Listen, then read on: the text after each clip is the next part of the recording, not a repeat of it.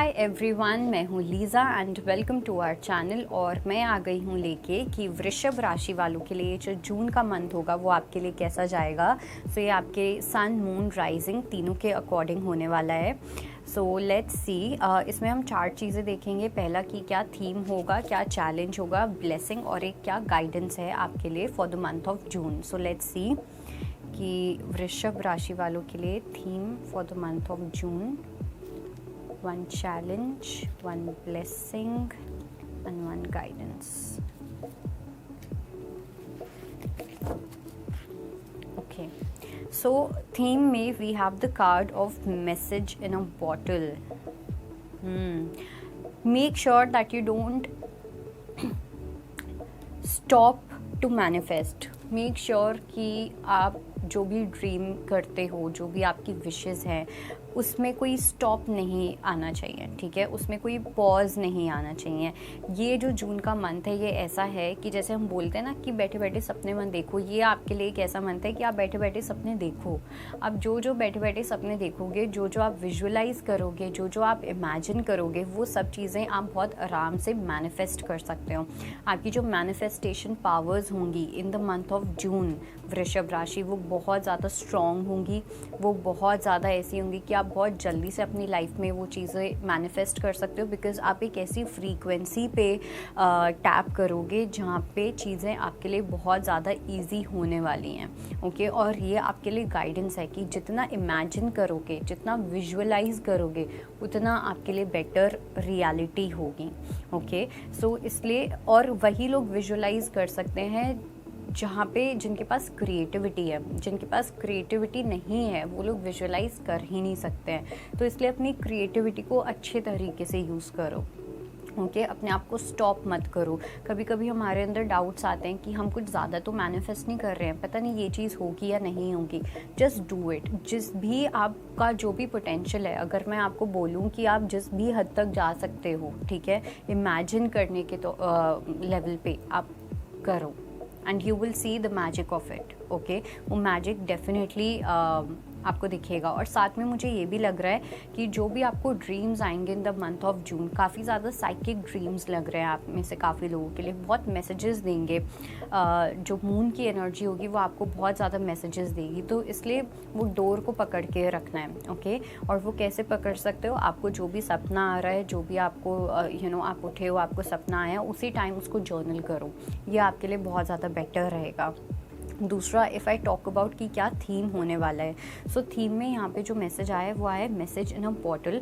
सबसे पहली चीज़ तो ये कि यूनिवर्स की साइड से आपको काफ़ी ज़्यादा साइंस मिलेंगे, और सबसे ज़्यादा आपको अपने खुद के ड्रीम्स के थ्रू मिलेंगे। या वाटर एलिमेंट की मुझे एनर्जी दिख रही है। अगर आप पानी के पास टाइम स्पेंड करते हो, वहाँ पर आप देखोगे आपकी मेडिटेशन बहुत अच्छी होगी। जो लोग मेडिटेट करते हैं, ओके, कहीं कोई एक ऐसा पर्सन जो पानी के आसपास रहता है, वहाँ से कोई पर्सन आपको कोई रीच आउट कर सकता है। कोई दूर से, कोई लॉन्ग डिस्टेंस रिलेशनशिप हो सकती है, कोई पर्सन आपको रीच आउट करे, किसी का रिश्ता आ जाए। तो कुछ दूर वाली एनर्जी भी मुझे यहाँ पे बहुत ज़्यादा दिख रही है। दूसरा, मुझे एक ये भी चीज़ लग रही है कि जैसे जून में ना आपका एक पर्सनल मिशन होगा, ठीक है, जहाँ पे आपको किसी चीज़ को या किसी सिचुएशन को, किसी ट्रुथ को आपको निकालने को कहा जाएगा। ओके, और वो ट्रुथ जो होगा वो आपको अपने ड्रीम्स के थ्रू ही मिलेगा।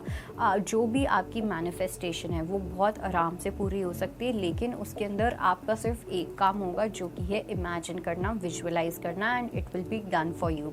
जो लोग यहाँ पे नो कॉन्टैक्ट सिचुएशन में हैं, या आप किसी स्पेसिफिक पर्सन का वेट कर रहे हो, उनके मैसेज का, उनके कॉन्टैक्ट का, वो चीज़ यहाँ पे होती हुई दिख रही है। So this person might reach out to you. वो आपको रीच आउट कर सकते हैं, और ऐसा भी हो सकता है कि आप रीच आउट करो।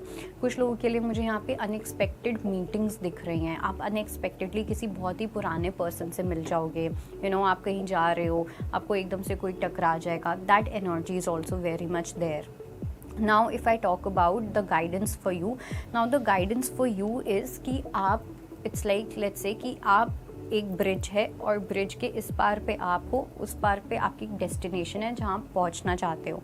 लेकिन ये जो ब्रिज है, ये ब्रिज नहीं है कि रोप है। ओके, अब आपको ये देखना है कि आप वहाँ पे कैसे पहुँचो। तो इसकी जो की है आपके पास वो है आपका खुद का विजडम, वो है आपकी खुद की समझदारी, आपका खुद का इंटेलेक्ट। आपकी खुद का विजडम ही आपको आपकी डेस्टिनेशन तक लेके जाएगा। ओके, आपका खुद का विजडम ही आपको हेल्प करेगा कि कैसे आप इस पोटेंशियल को रियलिटी में चेंज करो, और वो चीज़ बहुत आसानी से हो जाएगी। The only thing is that you have to use your wisdom. अगर आप अपना दिमाग यूज़ नहीं करते हो, सिर्फ लॉजिक यूज़ करते हो, लॉजिक का मतलब क्या होता है? सिर्फ उन चीज़ों पे विश्वास करना जो हमें हमारी इन आँखों से दिख रहे हैं। लेकिन इंटेलेक्ट का मतलब क्या होता है? इंटेलेक्ट का मतलब होता है उन चीज़ों को भी बेनिफिट ऑफ डाउट देना जो हमें महसूस हो रही हैं और सिर्फ आँखों से नहीं दिख रही हैं। ओके, सो यहाँ पे विजडम और इंटेलेक्ट का काम यहाँ पे बहुत इम्पॉर्टेंट रहेगा। नाउ टॉकिंग अबाउट कि क्या ब्लेसिंग होने वाली है। सो ब्लेसिंग में आया है a change in the wind.